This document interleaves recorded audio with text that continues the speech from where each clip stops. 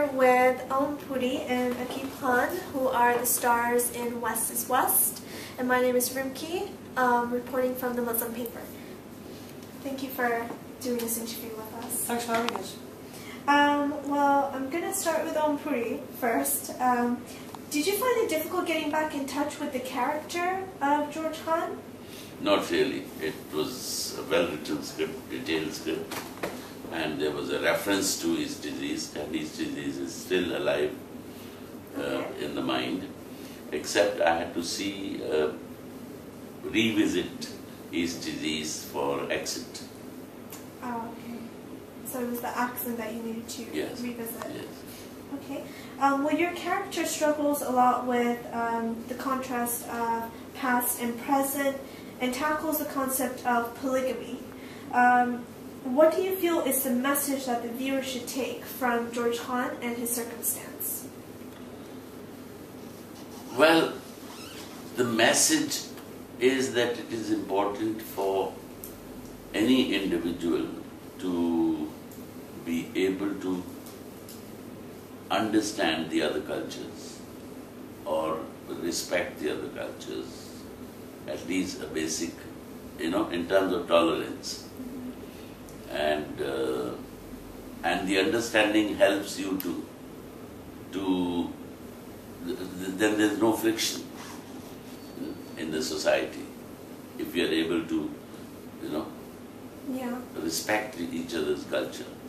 Right. Then the life will be simpler and nicer. And the George Khan becomes quite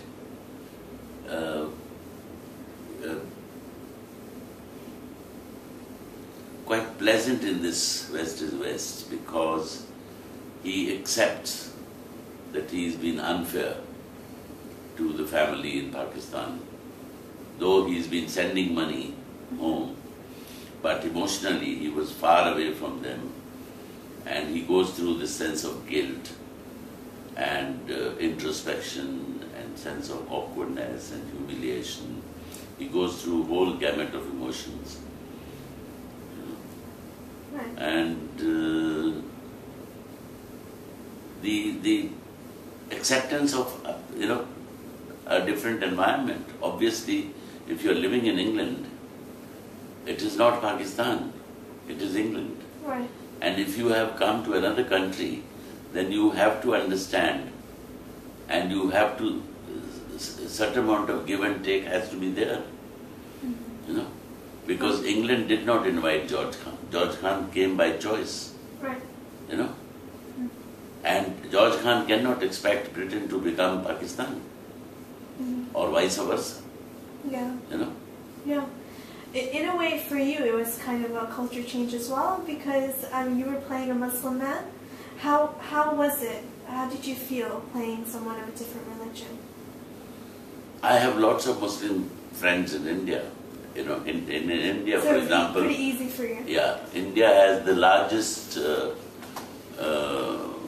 Muslims in the world, except Indonesia. We have more Muslims in India than Pakistan, for example. Oh. Okay. And would you say that all men are as confused as George Khan when it comes to marriage? No, that's not true. That's not true. But George Khan certainly is confused.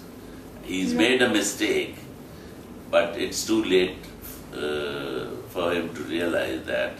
And he tried to compensate for the mistake which he's done. He's not able to handle such an extraordinary situation. All right, well, thank you so much for your answers. Aqib Khan, this was your debut.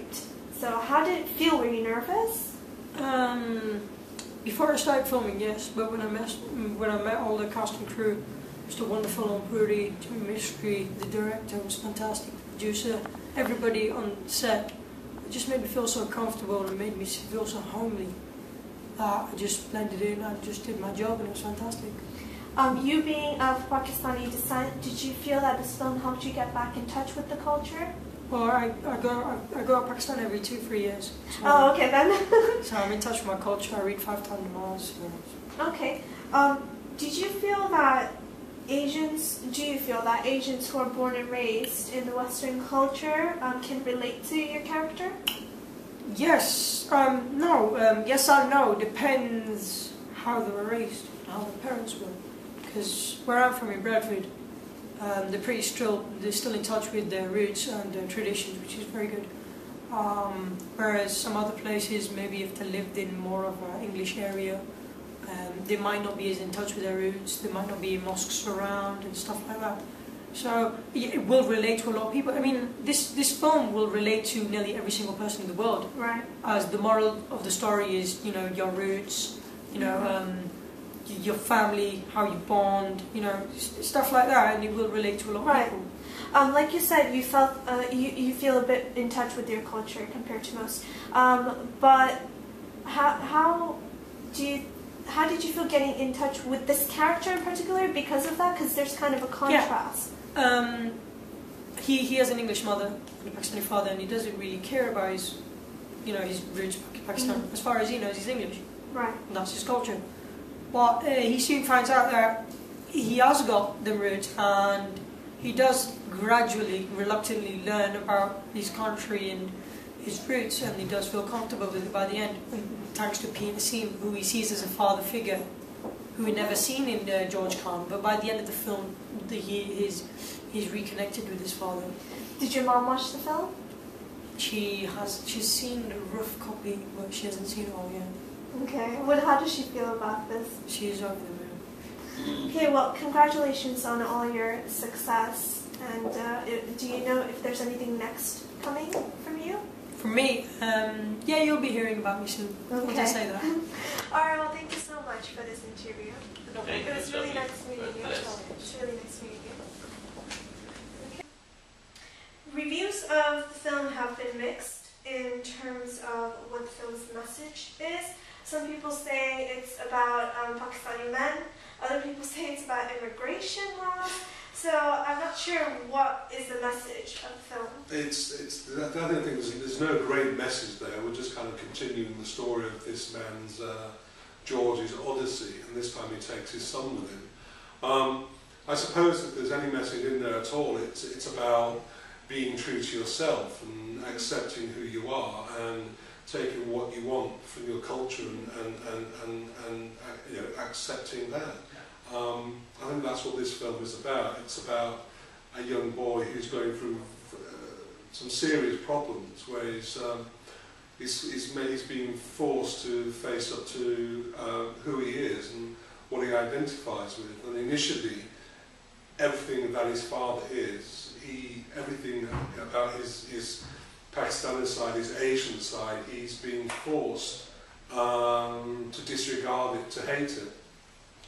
And then he goes from one extreme to the other extreme, where he finds himself in Pakistan, and suddenly there's a reluctance to accept where he is, and then gradually he begins to understand who he is, merely by being there, and who his father is, and the decisions his father made. And he's befriended by a holy man, a Sufi holy man, who doesn't hit him over the head with a book or tries to in any way to force Sajid to kind of look at himself, but he just allows Sajid to be Sajid. Right. Like East is East and West is West, there's a wedding. What's the significance of having a wedding included in the script? Not at all. I mean, I think the wedding is great fun. I think in West is West, the boys don't want to get married because they don't see why they should marry English women when their father, the Pakistani women, when their father married an English woman. Whereas in this, it's a boy who, you know, it's a side plot of a boy who wants to get married to a Pakistani girl. But the parents of the girls he's seeing, they won't let him marry because they think he's going to turn out like his father by marrying a Pakistani girl, leaving her and going to live in England and marrying an English woman. But that's just a very small part of the plot. Okay. Well, as screenwriters, is probably always a different experience, seeing your writing come to life on screen. Do you feel that West is West lived up to your expectations? Very much so. And in many ways, it was more interesting to write because there was a larger emotional canvas there. I think one of the big questions that came from East is East, which I was always being asked, was, what about Mrs. Khan #1? Why did we see her? And I think with West is West, it was one of the first questions I wanted to answer myself.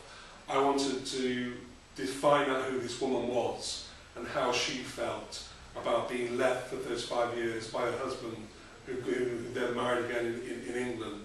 As a Muslim wife, she accepted that. But I wanted to know what was behind that acceptance. So it was really important that when George does arrive, to initially see her acting as a subservient wife, but then actually thinking at one point, hang on a minute, I have to confront this man. And I think it's a confrontation that maybe wouldn't happen in real life, and many women wouldn't do that. But because in film and in stories we heighten things, it was great to be able to see that woman saying, look, this is what you did to me. Don't you understand what's happened since you've gone? So that was one of the big things for me when writing West is West, to discover who that Mrs. Khan #1 was. And then there's another scene in the film where the two women come together, the two wives.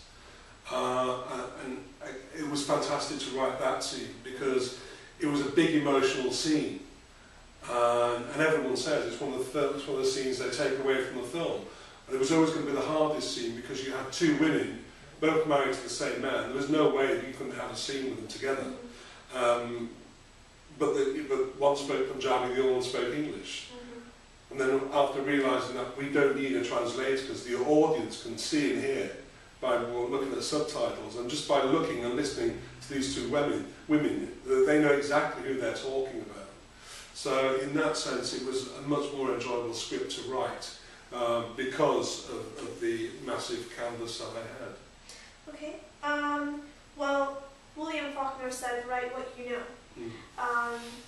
Do you feel that you put a lot of yourself, your personal experiences into the film script? Yeah. I mean, not only because they're kind of semi-autobiographical, but I think all good writers will use their emotional library.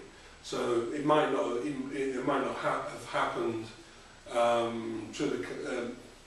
they might not know the characters personally, but we imbue them with the emotions of what we go through. And I think that's really important for the truth of the piece and for the truth of the character. Right.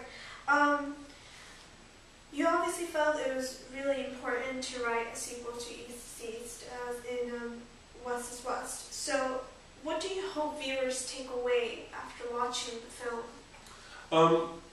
I hope they see another side of George. Again, with East is East, after we've gone through that film, he's moved on emotionally. He's learnt certain things about himself and about his sons.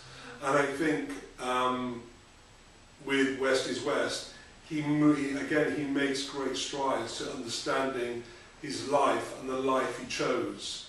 He realises that the life he chose and the life he left behind are completely different. I think within weeks of him being back in Pakistan, he realises that this is not the Pakistan he left 35 years ago. It's not the woman that he left 35 years ago. And eventually he realises that he can't expect that woman to behave the way he expects her to behave. And I hope people will kind of enjoy that journey that George makes and the journey that Sajid makes. I hope they kind of take away from the film the kind of philosophy of the Sufi teacher who tells Sajid to be himself, to accept who he is, to not feel as if he has to act in a certain way, just to be true within himself. Does your family watch the film? Did they watch it? They haven't seen it yet. They'll be seeing it over the next week. Okay. All right. Well, thank you so much for this interview and for your time. Thank you. My pleasure.